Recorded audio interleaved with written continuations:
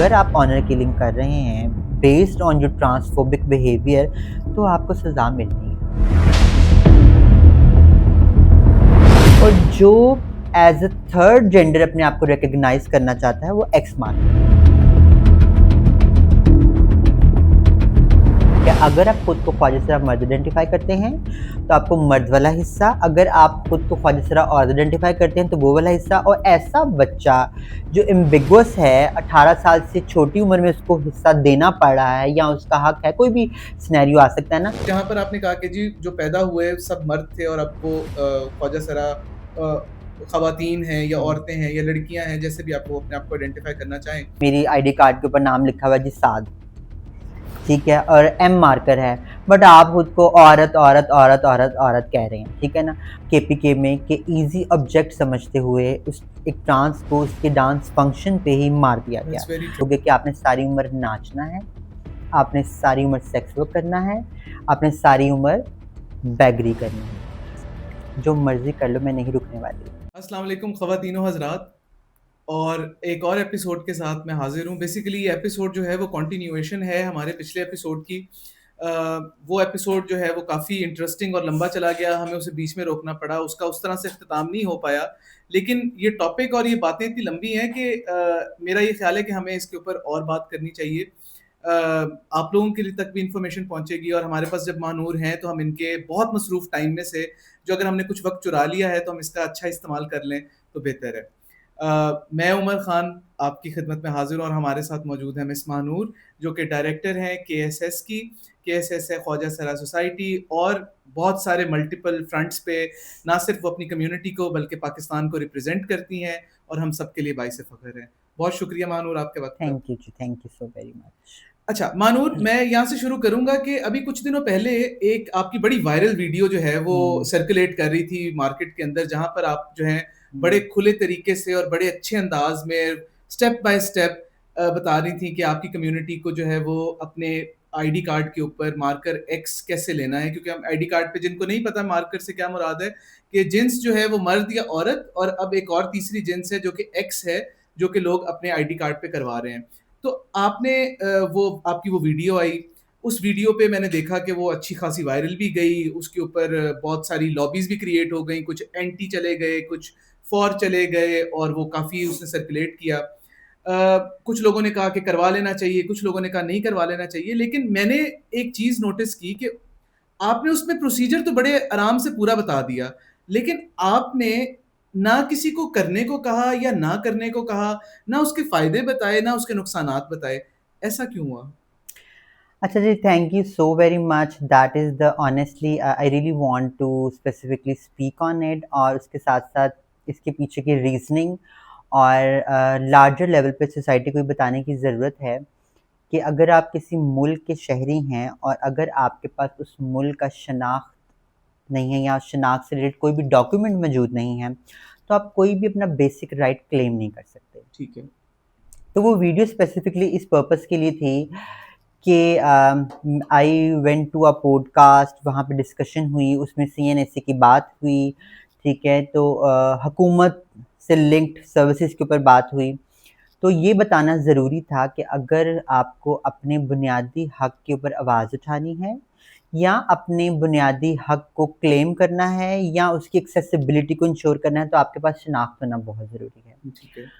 Unfortunately हमारा जो कानून है वो चैलेंज हो चुका है, जो कि 2018 में पास हुआ था। उसमें हम लोगों ने सेल्फ परसीव्ड आइडेंटिफिकेशन को हाईलाइट किया था, जस्ट बिकॉज़ ताकि हम जो जेंडर अफर्मिंग केयर्स हैं उनको भी इंडोर्स करवा सकें। तो जिसने जेंडर अफर्मिंग केयर की जर्नी गुजरने के बाद एफ मार्कर लेना है वो एफ मार्कर ले, ठीक है। जिसने एम मार्कर लेना है वो एम मार्कर ले, और जो एज अ थर्ड जेंडर अपने आप को रिकग्नाइज करना चाहता है वो एक्स मार्कर ले ले। ठीक है। अब चूंकि हमारे पास सिर्फ अभी जो कैटेगरी है वो सिर्फ एक्स मार्कर की अवेलेबल है, तो बहुत बड़ी तादाद में, because I am social scientist, मैंने बहुत सारी सिस्टमेटिक इन्वेस्टिगेशंस की हुई हैं, तो आई नो हमारी जो वो कम्युनिटी जो पढ़ी लिखी नहीं है या अवेयर नहीं है, उनके बहुत सारी कम्युनिटी के पास उनकी शनाख्त ही नहीं है।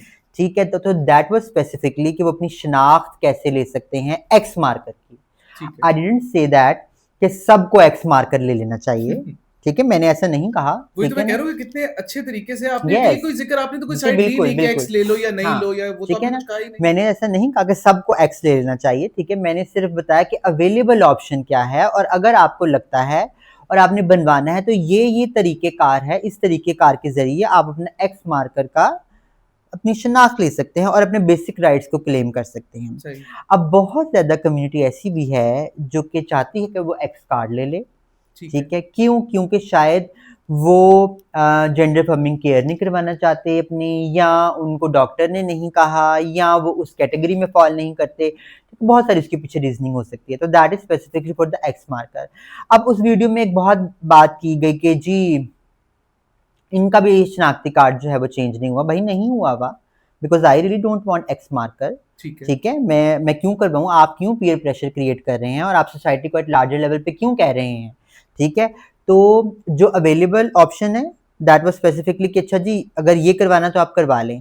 Yes, we are struggling for the other markers, ताकि हमारे जो ट्रांसजेंडर मेन हैं या हमारी ट्रांस वुमेन जो अपना वुमेनहुड एक्सपीरियंस या लिव्ड एक्सपीरियंस में जाना चाहती हैं, तो हम उनको भी उस कैटेगरी में फ़ॉल करवा सकें। ठीक है। और मैं आपको एक और मज़े की बात बताती हूँ, ठीक है ना? मुझे तो ये समझ नहीं आई, ठीक है ना, कि क्यों ये बताया जा रहा था। मैं अल्हम्दुलिल्लाह I am the part of the national prime minister council and they know मेरे सीएनआईसी पे क्या लिखा हुआ है, ठीक है? And I have that council card जिसके ऊपर मेरा नाम महनूद चौधरी लिखा हुआ है, ठीक है? क्योंकि वो मेरी आइडेंटिटी की रिस्पेक्ट करते हैं। अगर चाहें तो मैं दिखा भी सकती हूँ। I don't have any issue, नहीं, आपने कह ठीक है? दिया, हमने मान लिया, आपकी तो ठीक हर जगह पे मौजूद है जी, तो ठीक है, तो वो लिखा हुआ है, ठीक है? और अगर आप को प्रॉब्लम है फिर भी कि जी ऐसा क्यों है, तो फिर मेरा ख़्याल से आप अपनी प्रॉब्लम जो है ना, उसको ज़रा खुल के बयान करें, हम उसको भी एड्रेस कर देते हैं जी, ठीक है? हमें सही। कोई परेशानी नहीं है इसको एड्रेस करने में। अब सवाल ये आता है कि जी मैंने क्यों नहीं चेंज करवाया अभी तक? जी करवाने को मैं करवा सकती हूँ, ठीक है ना? बिल्कुल। मैं अपनी केयर के अकॉर्डिंगली अपना मार्कर भी क्लेम करवा सकती हूँ, but I really want to open spaces for all the trans women specifically and trans men जो मेलहुड या वुमेनहुड को एक्सपीरियंस कर रही हैं या वो वैसे रहना चाहती हैं, ठीक है? मुझे अंदर खाते जाके या चोरी से ऐसा काम नहीं करना। I definitely go with the legal procedure और लीगल पिटिशन दायर करूँ या जो भी प्रोसेस मैं शायद मैं कर रही हूँ, ठीक है? But I would love to open spaces for everyone, ठीक है? That's wonderful, yes, that's very ठीक है? Wonderful, thank you. और शायद मैंने और भी बहुत सारी बेस्ट प्रैक्टिसेस जो हैं वो लोगों को दिखाई हैं and that is open for everyone. जिस स्पेस में अगर मैं खड़ी हूँ, उसमें 4 और खड़ी हैं, 100 और लोग खड़े हैं, करेक्ट। ठीक है? तो अगर आपको चोरी काम करवाना है, ठीक है? तो एक तो आप क्रिमिनल ऑफेंस कर रहे हैं, ठीक है? दूसरा आप लोगों को पीयर प्रेशर क्रिएट कर रहे हैं, तीसरा आप सोसाइटी को गलत अवेयर कर रहे हैं। तो बेहतर ये है कि राइट इन्फॉर्मेशन दें, पीयर प्रेशर को कंट्रोल करें और अगर वाक़ई में किसी के लिए कोई काम करना है, तो लीगल प्रोसीडिंग्स के ज़रिए आप स्पेसेस को ओपन करें और वो ही मेरा मकसद है। That's it. Wonderful, hmm. Wonderful, I love the approach. Now coming back to the gender X marker, और मैं इसको बार-बार क्यों एड्रेस इसलिए कर रहा हूँ और इसकी पहले बेस बतानी भी इसलिए ज़रूरी थी कि हमारे इस्लामिक लॉ के अंदर और इस्लामी जमहूरिया पाकिस्तान के अंदर जो हुँ, प्रॉपर्टी का लॉ है, हुँ, उसके अंदर लड़के की को जो है वो एक खास तरह से प्रॉपर्टी इनहेरिटेंस की डिस्ट्रीब्यूशन मिलती है, लड़की को एक खास तरह से मिलती है। ख्वाजा सरा के बारे में भी जो है वो लॉज अवेलेबल हैं जिनको क्योंकि इस्लाम आपका एक कंप्लीट ज़ाब्ता हुँ, हयात है, तो वो हर चीज़ डिफाइन करके गया हुआ है। Hmm, now coming back to the point जहाँ पर आपने कहा कि जी जो पैदा हुए सब मर्द थे और अब वो ख्वाजा सरा खवातीन हैं या हुँ, औरतें हैं या लड़कियां हैं, जैसे भी आप वो अपने आप को आइडेंटिफाई करना चाहें। तो जेंडर एक्स के जब अगर आपके पास मार्कर आ जाए, तो मैं इस सवाल पे बाद में आऊँगा। ये थोड़ा सा ट्रिकी होगा, हुँ, तो इसमें बाद में आऊँगा। पहले सीधा स्ट्रेट हुँ। फॉरवर्ड क्वेश्चन पे आते हैं कि जेंडर एक्स जो है, उसका इम्प्लीमेंटेशन जो है वो प्रॉपर्टी इनहेरिटेंस के ऊपर किसी तरह से होती है? ये कि वो इट्स जस्ट नॉर्मल लाइक अच्छा ये ना स्पेसिफिकली जो आपका शरिया लॉ है, ठीक है? हुँ, उसमें स्पेसिफिकली थर्ड मार्कर या थर्ड जेंडर के बारे में कुछ नहीं बताया हुआ। बट डेफ़िनिटली जब इस तरह का कोई आई डोंट वांट टू से इश्यू बट इस तरह का कोई चैलेंज आ जाए, ठीक है? सही, तो उसके लिए स्पेसिफिक लॉ रिफॉर्म्स करने पड़ते हैं। ठीक तो है। दैट इज़ द रीज़न जो 2018 में ट्रांसजेंडर पर्सन प्रोटेक्शन आया, उसमें इनहेरिटेंस क्लेम की आपको बहुत स्पेसिफाई कर दिया गया है। इसमें बताया है कि अगर आप खुद को ख्वाजा सरा मर्द आइडेंटिफाई करते हैं तो आपको मर्द वाला हिस्सा, अगर आप खुद को ख्वाजा सरा औरत आइडेंटिफाई करते हैं तो वो वाला हिस्सा, और ऐसा बच्चा जो एम्बिगुअस है, 18 साल से छोटी उम्र में उसको हिस्सा देना पड़ रहा है या उसका हक है, कोई भी सिनेरियो आ सकता है ना, तो फिर आपको उसका 50-50 शेयर डेवलप करना पड़ेगा। ठीक है, ठीक है, एज पर प्रॉपर्टी। प्रॉपर्टी। ठीक है, तो that is very clearly define in it. ठीक है ना, और ऐसे बहुत सारे केसेस हैं, बिकॉज हमने अपनी ऑर्गेनाइजेशन के जरिए बहुत सारे ऐसे लीगल केसेस को डील किया है जिसमें हमने उन ख्वाजा सराओं को जिनका ख्वाजा सरा मर्द लिखा हुआ है उनका एज अ ख्वाजा सरा मर्द आइडेंटिफाई किया है, उनका इनहेरिटेंस क्लेम, और जिनका ख्वाजा सरा औरत लिखा हुआ है उनका एज औरत आइडेंटिफाई किया है। करेक्ट। अच्छा, अगेन फिर वही वाली बात आ गई, मैं इसी को थोड़ा सा करूंगा। अब ये सेल्फ परसीव आइडेंटिटी के ऊपर आ जाता है कि अभी मार्कर तो एक्स है, लेकिन शरिया लॉ जो है वो ये कह रहा है, ट्रांसजेंडर प्रोटेक्शन एक्ट जो है वो ये कह रहा है कि अगर आप अपने आप को औरत की तरह से देखते हैं तो आपको औरतों की तरह से मिलना चाहिए, और अगर आप आदमी की तरह देखते हैं तो आदमी की तरह से मिलना चाहिए। आपकी जो स्टेट का जो कार्ड है वो आपको एक एक्स आइडेंटिफाई कर रहा है, जहाँ पे अब आप मर्द भी हो सकते हैं और आप औरत भी हो सकते हैं। मेरा आपसे सवाल ये है कि मानूर, आप एक लड़की हैं, आप माशरे में एक लड़की की तरह दिखती हैं, एक लड़की की तरह पहचानी जाती हैं, आपके प्रोनाउंस भी लड़कियों वाले ही हैं। अब जब प्रॉपर्टी इनहेरिटेंस का केस आएगा, तो क्या आप अपने आप को एज अ लड़की आप वो कम प्रॉपर्टी का हिस्सा ले लेंगी, या एज अ मर्द आप उसका ज्यादा लेना चाहती हैं? तो क्या ये खुला तजाद नहीं है? अच्छा, वैसे मैं ऑनेस्ट एक बात बताऊं कि ये आप सबके लिए भी यही आई वुड से एक रिक्वेस्ट है, या आप समझ लें कि मैं इंफॉर्मेशन दे रही हूं आपको।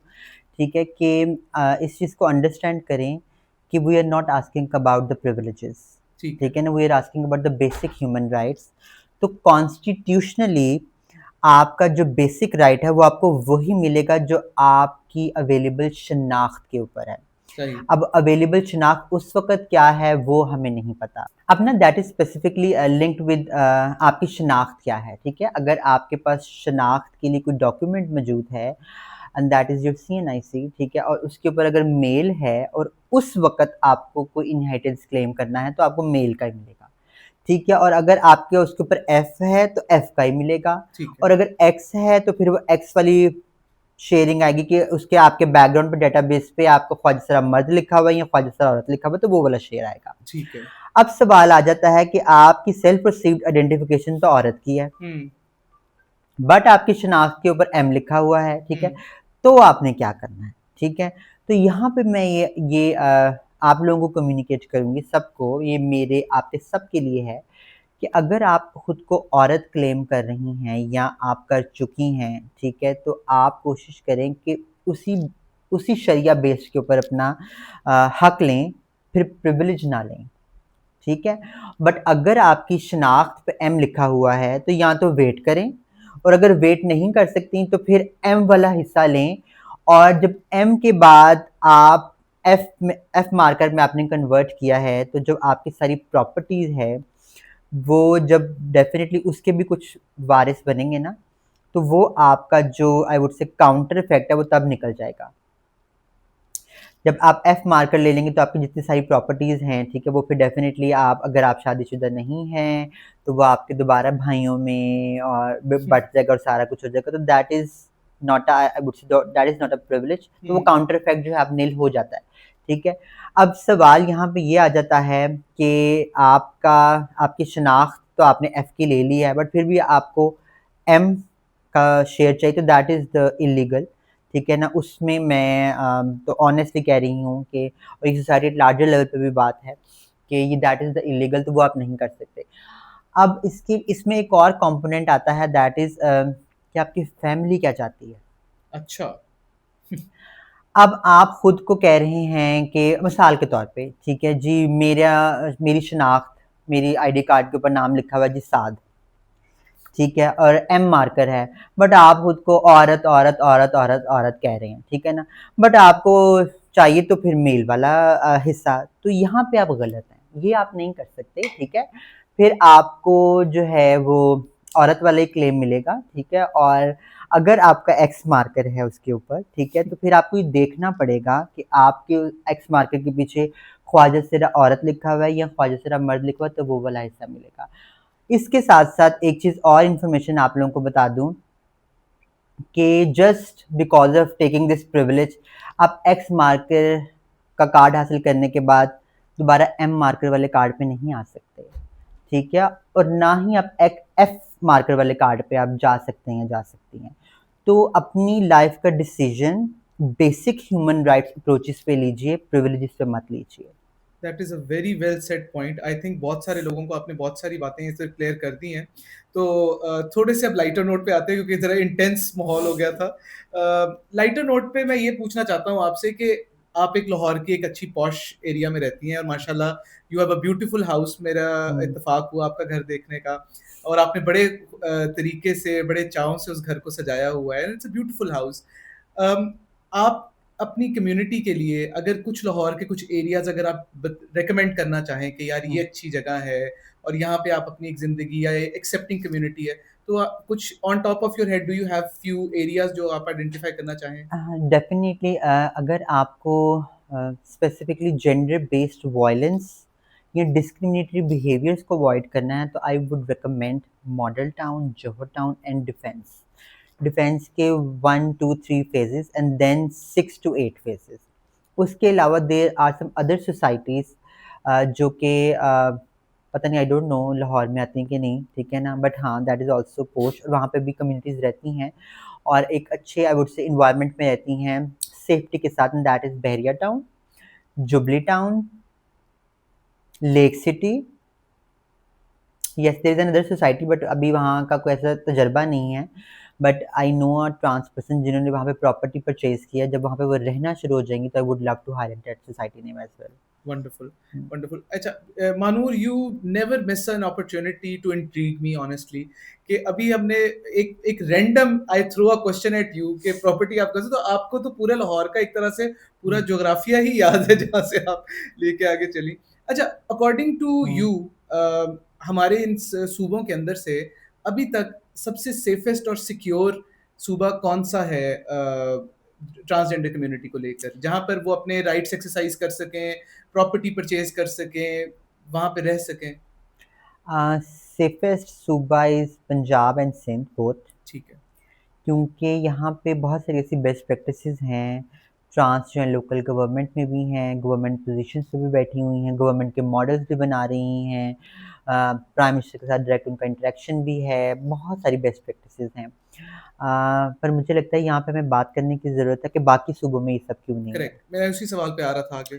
तो ये हमें सोचने की ज़रूरत है कि एक तो शायद कमी इस लेवल के ऊपर है कि 18वीं तरमीम के बाद हर सूबा जो है खुद मुख्तार है। बट खुद मुख्तारी का मतलब ये नहीं है कि हम किसी की बेस्ट प्रैक्टिस को रेप्लिकेट नहीं कर सकते अपने सूबे में। तो आप लोग उस रेप्लिकेशन की तरफ जाएँ। Already there are multiple best practices और इंटरवेंशंस मौजूद हैं। आपने सिर्फ़ उस स्पेसिफिक इंटरवेंशन के लिए अपने बजट जो है एलोकेट करके उनको सिर्फ़ रेप्लिकेट करना है। फॉर एग्ज़ाम्पल, अभी रिसेंटली एक केस आया केपीके में कि ईज़ी ऑब्जेक्ट समझते हुए उस एक ट्रांस को उसके डांस फंक्शन पे ही मार दिया गया। That's very tragic. अब यहाँ पे ये सवाल बनता है कि उसको क्यों मारा गया, ठीक है? मैं ये नहीं कह रही कि उसको उसके भाई ने मारा, उसके बॉयफ्रेंड ने मारा, उसके पार्टनर ने मारा, मैं सिर्फ़ ये कह रही हूँ उसको क्यों मारा, ठीक है? उसकी भी ज़िंदगी का उतना ही उसको हक था जितना हम सबको है। और अगर उसको ईज़ी टारगेट समझा गया है तो यहाँ पे फेलियर किसका है? स्टेट का। स्टेट।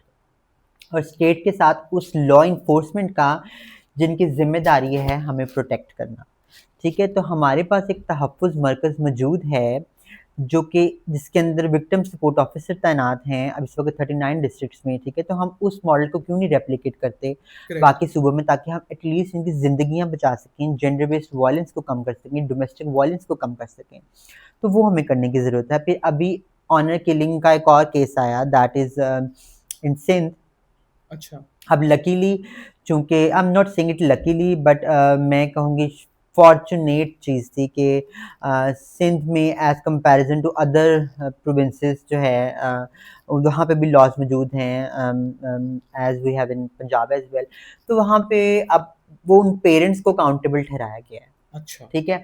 अब वो जब अकाउंटेबिलिटी आती है तो एक और प्रैक्टिस निकल के बाहर आती है कि जी अगर आप ऑनर किलिंग कर रहे हैं based on your transphobic behaviour तो आपको सज़ा मिलनी है। तो ऑनर किलिंग पे तो वैसे भी मिलनी चाहिए, जी। ट्रांसफोबिक बिहेवियर हो या ना अब हो। सिचुएशन ये है कि हम बहुत सारी जगहों के ऊपर, बहुत सारे अंडर प्रिविलेज्ड एरियाज़ पे ऑनर किलिंग को दबा दिया जाता है, हुँ, ठीक है? तो मेरे ख़्याल से ये एक इट्स गोइंग टू बी मुझे लगता है कि इसको हमें छापने की ज़रूरत है, हमें इसको बहुत वायरल करने की ज़रूरत है ताकि लोगों को एटलीस्ट इन्फॉर्मेशन मिले कि ऑनर किलिंग के ऊपर आप कौन-सा केस कर सकते हैं, आप किस तरह अकाउंटेबल कर सकते हैं। और अगर उस ऑनर किलिंग में जेंडर बेस्ड वायलेंस एसोसिएटेड या ट्रांसफोबिक बिहेवियर एसोसिएटेड हो गया है तो आप कौन-कौन सी लॉ की शिक्ल निकाल क्या कर के या सकते लगा के उस फैमिली को अकाउंटेबल कर सकते हैं। सही। तो इन चीज़ों पे मेरे ख्याल से हमें फ़ोकस करने की भी ज़रूरत है ताकि हम सोसाइटी एट लार्जर लेवल पे बताएँ कि जी हर किसी हर की किसी की ज़िंदगी का ज़िंदगी हक उतना ही है जितना मुझे, आपको या आप अपने लिए सोचते हैं। सही। ठीक है? तो किसी को हक नहीं है किसी को नुकसान पहुँचाने का। मानूर थैंक यू, आपने हुँ, एक अगेन एक नई डायमेंशन, एक नई आई ओपनर सबको दे दिया है, हुँ, और अगर अक्लमंदों के लिए इसमें इशारा है, अगर वो पिक कर लें और अगर आप उसी भेड़ चाल में चलना चाहते हैं तो चली जाएँ। मैं आपसे एक आखिरी सवाल जो कि मैं चाहता हूँ कि हम इस पे बात करें हुँ, और मैं इस पे डेफ़िनेटली आपकी इनपुट लेना चाहता हूँ। हुँ, अ, हमारे माशरे का एक बहुत बड़ा डिलेमा ये है कि वही औलाद जिसको मन्नतों से, मुरादों से, दुआओं से माँग-माँग के लिया जाता है, अगर वो कम्युनिटी के स्टैंडर्ड्स पे पूरी नहीं उतर रही, मैस्कुलिनिटी के या फेमिनिनिटी के, हुँ, तो उसको डिसोन कर दिया जाता है। वही खूबसूरत, वही प्यारे बच्चे जो कि माँ-बाप की आँख का तारा होते हैं और जिगरगोशे होते हैं, माँ-बाप उनको आँख कर देते हैं। बहुत सारी मैंने लड़कियों को देखा, लड़कों को देखा जिनके माँ-बाप ने उनसे कतई ताल्लुक कर लिया अपने आप को कि जी ये नहीं है, और जब वो कमाने लग गए, एक हद पे चले गए, जब हुँ, उन्होंने माशरे में अपना नाम कर लिया तो फिर उनके माँ-बाप उनको आके मिल भी गए। हुँ, खैर वो बहुत चंद, उनकी क्वांटिटी बड़ी कम है। मैंने अक्सर लोगों को और अक्सर ट्रांसजेंडर्स को इस बात पे रोते हुए और इस बात के ऊपर जो है वो सिंपैथीज़ भी बटोरते हुए देखा कि हमारे तो माँ-बाप ने हमें आँख कर दिया, हमें कुछ नहीं मिला जायदाद में हुँ। से। तो क्या कानून इस तरह की आँख या इस तरह की किसी चीज़ की इजाज़त देता है कि अगर एक इंसान का इस्लामी तौर के ऊपर या स्टेट वाइज़ या उसका लीगल उसका एक चीज़ के ऊपर हक है, और फिर बाद में उनके भाई और उसके जो वो लवाहिकीन है वो जी उस पे प्रैक्टिस भी करते हैं कि तुम्हारे तो बाप ने तुम्हें आग कर दिया था, हुँ, या माँ ने तुमसे नाता ख़त्म कर दिया, ज़िंदगी में ही आग कर दिया था। ये डायलॉग मैंने सुना है कि तुम्हें तो ज़िंदगी में ही आग कर दिया था। तो क्या वो प्रॉपर्टी क्लेम कर सकते हैं? क्या उस आग की स्टेटमेंट की कोई वैल्यू है? तो और किस कंडीशन में है, और उसको अगर काउंटर किया जाए तो हमारी इस कम्युनिटी के बच्चे-बच्चियाँ कैसे उससे काउंटर करके अपना हक, जो उनका हक है, वो ले सकते हैं और अपनी ज़िंदगियों में थोड़ी-सी बेहतरी या हुँ। आसानी पैदा कर सकते हैं? Very relevant question. अच्छा, अगेन बात फिर हम शिनाख्त के ऊपर ले आते हैं। जी। पहली बात तो ये कि अगर आप अर्ली स्टेज में डिसोन हो गई, आपको एज़ अ ट्रांस वुमन या ट्रांस मेल आपको डिसोन कर दिया गया है, ठीक है? और उस अर्ली स्टेज में आपके पास शनाख्ती कार्ड नहीं है और आपने अपना शनाख्ती कार्ड जो है अपने गुरुओं के नाम पे बना लिया है, ठीक है? तो आप उस फैमिली ट्री में अगर नहीं आ रहे तो आप कुछ क्लेम नहीं कर सकते। ओह!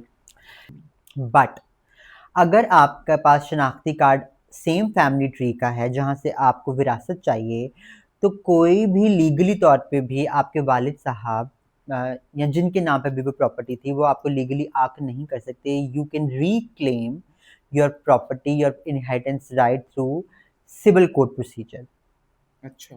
उसके मल्टीपल तरीके हैं, ठीक है? और अगेन मैं जिस तरह मैंने सीएनएसए की वीडियो पे कहा था, आज इस वीडियो पे भी कहूँगी कि अगर आपको इससे रिलेटेड कोई और इन्फॉर्मेशन चाहिए, तो we have some referral mechanism जिसमें हम लोगों ने प्रो बोनो लॉयर्स जो हैं जो प्रो बोनो केसेस डील करते हैं, उन लॉयर्स का एक नेटवर्क बनाया हुआ है, तो वो इस पे गाइड कर देते हैं।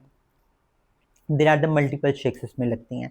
अब इसके साथ एक और चीज़ हमें समझने की ज़रूरत है। आपने एक बड़ी एक और इसमें एक कंपोनेंट हाइलाइट किया है और वो कंपोनेंट ये हाइलाइट किया है कि जी आपकी फैमिली ने आपको डिसओन कर दिया। हुँ, और जब आपने कमाना शुरू कर दिया तो उन्होंने दोबारा ऑन कर लिया। करेक्ट। हमें इस चीज़ को अंडरस्टैंड करने की ज़रूरत है कि मैंने I have seen multiple families माँ-बाप अपनी औलाद को डिसऑन तब करते हैं जब आस-पास के लोग आपको इन्फ्लुएंस करते हैं, करेक्ट। उस फैमिली को इन्फ्लुएंस करते हैं, ठीक है? अब वो आस-पास के लोग कौन से हैं, आपके नेबरहुड हो सकती है, आपके रिलेटिव्स हो सकते हैं।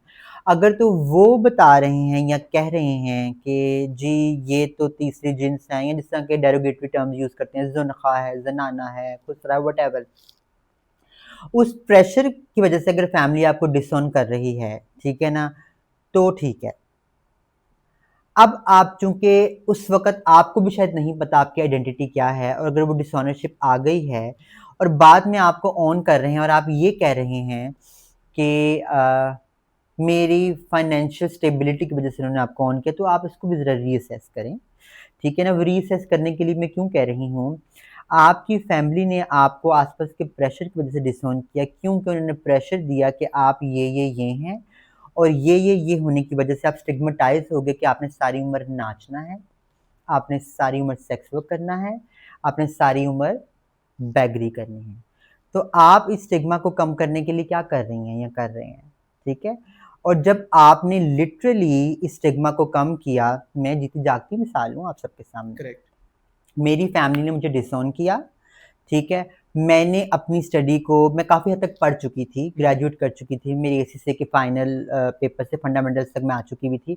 मैंने खुद से चीज़ों को स्पॉन्सर किया नौकरी करके, ठीक है? मेरे पास और बहुत सारी ऑप्शंस थी, ठीक है? बट मैंने खुद से स्पॉन्सर करके मैं चार्टर्ड अकाउंटेंट बनी, मैंने एमबीए किया, मैं प्रैक्टिकल लाइफ में आई। मैंने साबित किया अपने ख़ानदान को कि ना मैं बेगरी करूँगी, ना मैं फंक्शन करूँगी, और ना ही मैं सेक्स वर्क करूँगी। ठीक है? मेरी फैमिली माशाल्लाह फाइनेंशियली बहुत स्टेबल है, उनको मेरे पैसे की ज़रूरत नहीं थी। उनको मेरे उस वक़्कार की ज़रूरत थी जो कि मैंने उनको देना था, ताकि वो उन लोगों का मुँह बंद कर सकें, जिन्होंने उनको ये कहा कि इसने तो यही सब करना है। हुँ। तो ज़रा खुद से रीसेस करें। अब यहाँ पे आ जाते हैं उन ट्रांस को जिनकी फैमिली ने उनको ऑन किया, उनको पढ़ाया-लिखाया, ठीक है? पढ़ाने-लिखाने के बाद आप क्या कर रही हैं? नौकरियाँ छोड़ के सेक्स वर्क कर रही हैं आप। ठीक है? आप ये भी असेस करें। फिर आप कहते हैं कि जी हम एक्सेप्टेंस नहीं है, जी एक्सेप्टेंस की वजूहात हैं। उनको असेस करें, ठीक है ना? और व्हील को रीइन्वेंट करें आप, and this is the right time कि मैं तो ऑनेस्टली मैं तो बड़ी ओपन बात कर रही हूँ, ठीक है ना? This is the right time कि आपको खुद से अपनी सेल्फ असेसमेंट करने की ज़रूरत है कि आपने उस सोसाइटी के स्टिग्मेटाइज़्ड बिहेवियर को ख़त्म करने के लिए आपका अपना कंट्रीब्यूशन क्या है? ठीक है? अगर आप भी वही कर रही हैं जो सोसाइटी ने बताया कि इन्होंने यही करना है बड़े होके, ठीक है? तो फिर मैं कुछ नहीं कह सकती। अब यहाँ पे फिर लोग ये भी कहेंगे कि जी ये तो प्रिविलेज्ड क्लास से थी, हुँ। ठीक है ना? इसलिए पढ़ लिख गई, सारा कुछ कर लिया। I know some of the trans individuals जो प्रिविलेज्ड क्लास से नहीं हैं, पर वो पढ़ रही हैं, लेकिन ठीक है? प्रिविलेज क्लास के भी अपने चैलेंजेस हैं। देखो, आपने डेफिनिटली जैसे ही हैं। बताया कि they have disowned you at certain yes, point in yes. Time, but hmm, you stay put. Hmm, आपने वही मेहनत की जो पाथ पे उन्होंने आपको डाला था, यस। आपने उनको साबित किया कि हुँ, मैं उस तरफ नहीं जा रही जिस हुँ, तरफ हुँ, आपको अंदेशा भी हुआ है, hmm, and then you reclaim yourself, and yes. Which is beautiful. I think इसी के साथ हम अपने प्रोग्राम का एंड करते हैं। ख़वातीनो हज़रात, आप लोगों ने ये देखा कि सवाल ये है कि इस एपिसोड के अंदर महानूर बहुत सारे सवाल ना सिर्फ के अपनी कम्युनिटी के लिए, बल्कि तमाम उन मर्द और उन औरतों के लिए छोड़ के जा रही हैं जो अपने आप को जो है वो इस सोसाइटी का या इस कम्युनिटी का मुमार समझते हैं, जो समझते हैं कि वो ज़्यादा प्रिविलेज्ड हैं, या जो समझते हैं कि उनकी ओपिनियन मैटर करते हैं। तो ये सबके लिए एक सवाल है। अगर आप इस शो को as just a normal show देख के एंटरटेन होकर और इसमें से कुछ क्लिप्स लेके मस्ती मज़ाक करना चाहते हैं या टाइम पास करना चाहते हैं तो कर लीजिए, लेकिन अक्लमंदों के लिए बहुत सारे बीच में इशारे भी हैं। महानूर, आप हमारे लिए फ़ख्र हैं, जो आप काम कर रही हैं, खुदा इसको कंटिन्यू करें और अपने सक्सेसर्स छोड़ें जो कि आपके साथ और आपके बाद इस काम को आगे लेकर जाएँ और इतने ही तमीज़दार और इतने हुँ। ही शुस्ता तरीके से लेकर जाएँ। और आपका हमें वक़्त देने के लिए बहुत-बहुत शुक्रिया। Thank you very much. Thank you so very much, और थैंक यू यहाँ इनवाइट करने के लिए। जाते हुए फैन्स तो मेरे जानते हैं मुझे, और वो ऑडियंस जो मुझे फॉलो करती है वो भी मुझे जानती है। But I really want to convey a message to my haters, जो मर्ज़ी कर लो, मैं नहीं रुकने वाली। Thank you. आपको रुकने की ज़रूरत भी नहीं है, हम आपको रुकने भी नहीं देंगे। बहुत शुक्रिया जी, अल्लाह हाफ़िज़।